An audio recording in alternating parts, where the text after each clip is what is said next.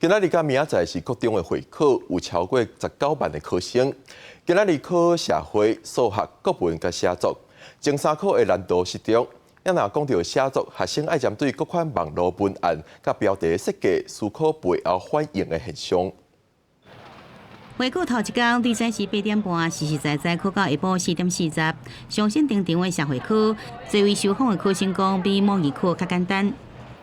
这次出的蛮简单的。真的吗？那怎么说简单？其实刚好都有看到。比较记忆型的题目。对，历史的比较多。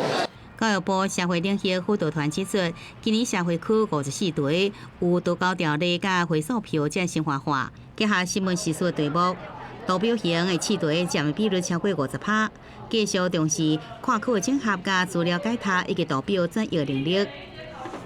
虽然部分的一些试题呢题干稍微有一点长哈，但是文字量呢还是跟过去相当哈，所以学生在时间之内仍然是可以从容的来回答相关的一些问题哈。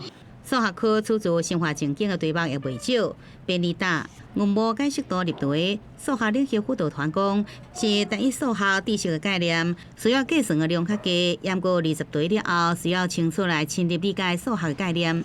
以困难甲简单拄好为原则，国文考试题编排也是由浅到深。有考生感觉理音理形无困难，只有一题文言文较无好理解。